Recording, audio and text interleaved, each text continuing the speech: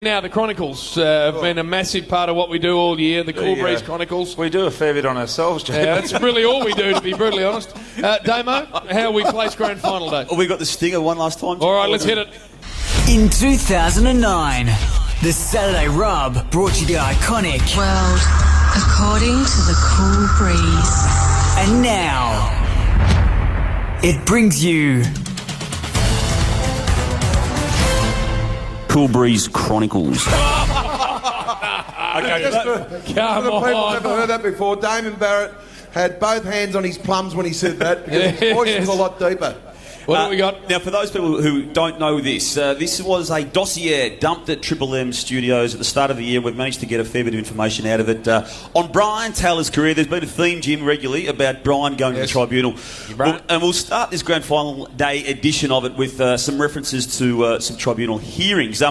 Rowan Connolly wrote a match report after Brian had been reported in a reserves game. Oh, Bristol. Saying that Brian Taylor's Must have been career coming back from injury. had hit, quote, an all-time low when he was reported on three occasions. One for breaking the jaw of a young player by the name of Chris Farrell, and two for abusing the field umpire. And you stormed out of the rooms after this game and stopped to Rowan to say this: "Yes, I gather I have been reported, but nobody has confirmed it with me."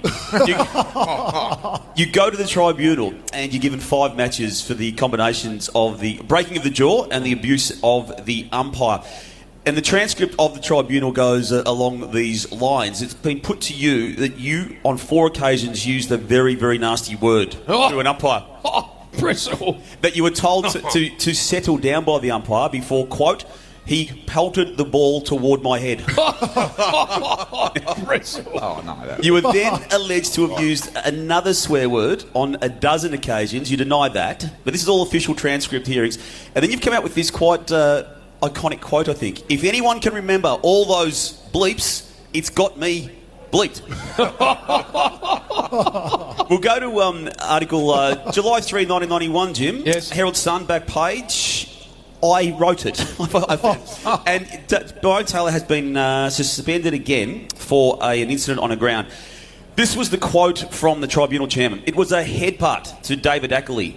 The headbutt contact, and the tribunal has to mark the disappointment with this type of conduct." And you have dirtied up, Brian. You have dirtied up. You have given this in evidence. "I told him," as in David Ackley, "I would headbutt him if he didn't get out of my way. But all I did was act the motion of the headbutt. I did not actually make contact."